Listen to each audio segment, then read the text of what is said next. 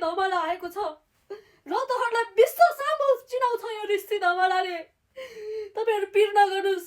तपाईको घरमा हलो जोत्नु परे पनि, भात पकाउनु परे पनि, भाँडा माझ्नु परे पनि ऋषि धमालालाई सम्झिनुहोस्। म अब रौतहटमा घरजम गर्छु, यही बस्छु, यही खान्छु, बासँग बस्छु। बाको ढाड मालिस गर्नु परे मलाई बोलाउनुस्। बालाई गाह्रो भए मलाई बोलाउनुस्। हरेक बा आमालाई मैले माया गर्नेछु। हेर्नुस् न त्यो बच्चालाई। यता आऊ बाबु, यता आऊ, यता आऊ, यता आऊ। आमै के खायो बाबु? के खायो भन त? खानेकुरा खायो कि खाएनौ? ए बिस्कुट खायो? ल ल बस बस बस। अब कसरी खाना खान नपाउने भन्ने हुँदैन। अब ऋषि धमालाले रौतहटमा घरजम गर्छ। कसैले पिर नगर्नुस्। अब रौतहट विश्व सामु चिनिन्छ बा। हेर्नुस् त पत्रकारहरू, कति दुःख छ रौतहटमा। ट्र्याक्टर पनि आफै चलाउनु पर्छ बाहरूलाई।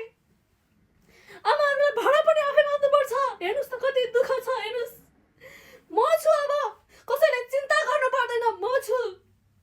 ए पत्रकार भाइहरू अलि यता खिच्नु त। म अलि यता खिचौँ। तपाईहरु कसैले पिर गर्नु पर्दैन बा, आमा, दाजुभाइ, दिदीबहिनी। रौतहटमा मैले जित्ने हो। तपाईहरुले मोबाइलमा छाप हान्ने हो। मैले जितेपछि हरेक घरको भाडा माझ्नलाई आफैले पर्दैन यो चिसोमा। म आउँछु बा, एक कर फोन हान्नुस्, म आउँछु। कसैले पिर नगर्नुस्।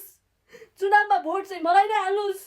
यदि तपाईहरुलाई रौतहटलाई विश्व सामु चिनाउनु छ भने तपाईहरुले मलाई भोट हाल्नुस्। भोट हाल्यो भने के हुन्छ थाहा छ? मैले ट्रेन लिएर आउँछु, ट्रेन। यो ठाउँमा मैले ट्रेन लिएर आउँछु।